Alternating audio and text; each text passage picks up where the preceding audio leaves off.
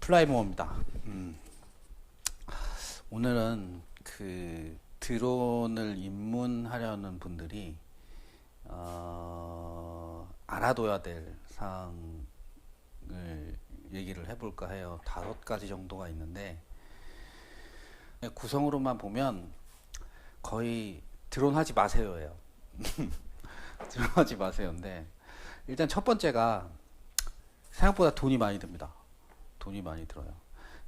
최저가로 뱅굿이나 알리 같은 곳에서 이렇게 패키지로 파는 완전 입문용 드론인 경우에 한 20만 원 정도 선이라고 보시면 되고, 제가 날리는 저런 이제 기체들이 한 60만 원에서 65만 원 정도 선이에요. 조종기가 10한 6만 원 선, 제일 싼 게 그 정도 선이고, 그리고 일반적으로 쓰는 타라니스가 28만 원, 27만 원 뭐 그 정도 선이고, 고글 기본적으로 제일 싸게 사려고 하는 게 한 16만 원 선, 16만 원 선이고, 패시악인 경우엔 한 60만 원.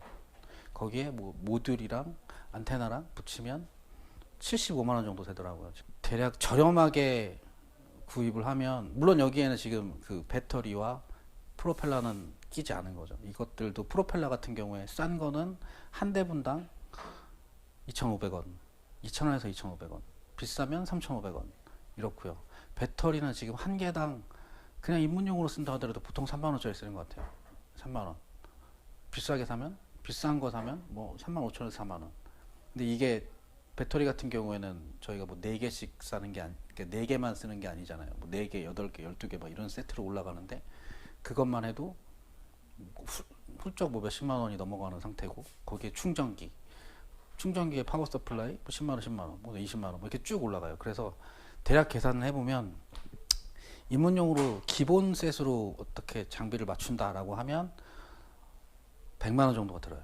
그리고 입문용이 아니라 좀 중복 투자 없이 한 번에 가겠다라고 했을 때는 거의 170만 원에서 180만 원 사이가 드는 거예요. 두 번째로 비행할 장소가 있어야 돼요. 우리나라는 뭐 주요 시설도 많고 비행 금지 구역으로 지정된 곳도 많아서 비행을 할 수 있는 곳이 어디에 있는지, 가급적이면 우리 집 근처에, 뭐 저는 맥시멈으로 1시간 반 정도의 거리를 보고 있는데 어쨌건 주변에 비행할 수 있는 장소가 있어야 됩니다. 뭐 저 같은 경우는 레이싱이 아니라 프리스타일을 하기 때문에 외곽 지역이고 사람의 출입이 거의 인적이 드물고 뭐 이런 공원들을 하고 있는데, 레이싱을 만약에 하게 되면 이제 코스를 세울 수 있는 어떤 커다란 공터가 필요할 거고, 그곳이 비행 지역이어야 할 거고, 뭐 이런 것도 있을 거예요. 그래서 이런 곳들이 어디에 있는지를 꼭 확인을 해야 돼요. 차가 있어야 할 거예요. 비행 장비들을 다 백팩에 꾸리고, 그다음 뭐 테이블이랑 의자랑 뭐 기타 뭐 수리부서 뭐 이런 것도 백팩에 다 넣고 하면 보통 무게가 한 15kg 정도 내외이거든요. 그래서 그거를 가지고 대중교통을 이용하면 뭐 일단은 주변에 민폐일 거고, 그리고 힘들어요. 되게 처음에는 되게 뭐 그냥 이렇게 어떤 들뜬 마음에 몇 번은 갈 수 있겠지만, 그걸 가지고 매주 주말마다 토요일, 일요일마다 이렇게 1시간 넘는 거리를 이동을 하면서 하려고 하면 갈 때는 어떻게든 될 수 있을지 몰라도 올 때는 죽을 것만큼 힘들어요. 드론은 혼자서 날리기에는 되게 재미가 없어요. 물론 처음에 목적을 갖고 있으면 혼자서도 어떻게든 할만 하겠지만, 코스를 세우거나 할 수도 없는 거고, 혼자서 어떤 비용들을 부담하기에는 굉장히 크고, 그리고 주변에 어떤 사람들이 접근을 하거나 혹은 다른 사람이 접근하거나 내가 비행을 하고 있는 지역에 사람이 들어오는 것들을 얘기해주고 공유해줄 수 있는 어떤 그런 사람이 필요해요. 그리고 무엇보다 심심하지 않아요. 혼자서 비행을 하면 재미없습니다. 네 번째로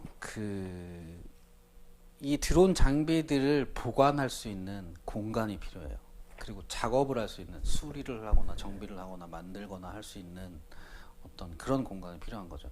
예를 들면 집안에 자녀가 있으면 납연을 그대로 맞게 할 수는 없는 거잖아요.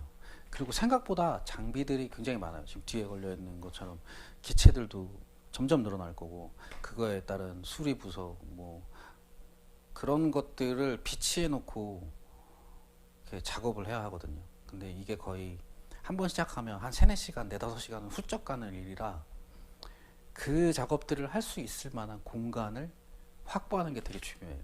그리고 마지막 5번째가 생각보다 시간이 되게 많이 들어요. 그러니까 드론을 날릴 수 있는 어떤 역량을 키우는 데 들어가는 시간도 생각보다 많이 들고 한 달 이상은 호버링을 이렇게 꾸준히 해서 손에 익혀야 되고, 그러니까 드론을 사놓고 비행을 하지만 비행을 하지 않는 셈이 되는 거죠. 그런 시간을 많이 투자를 해야 되고, 그리고 드론은 날리는 걸로 끝이 아니라 날리고 나서는 정비를 해야 되고, 뭐 망가졌으면 수리를 해야 되고, 뭐 이런 시간도 생각보다 꽤 많아요. 그리고 부품을 사서 내가 받는 시간까지도 꽤 걸리고, 그 시간에 또 뭐 새로운 펌업이 나와서 펌업을 하고 뭐 기능 적용을 하고 뭐 이런 것들의 시간을 굉장히 많이 할애를 해야 돼요. 그리고 맑은 날밖에 못 하고, 겨울엔 추워서 하기 힘들고 여름엔 비 와서 하기 힘들고 더워서 하기 힘들어요.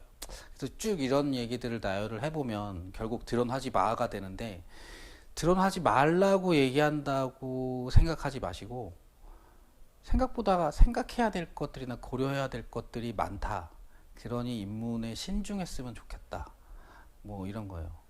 자신의 여건을 확인해보고 그리고 나서 입문을 결정하는 것도 나쁘지 않다라는 게 제가 하고 싶은 말입니다.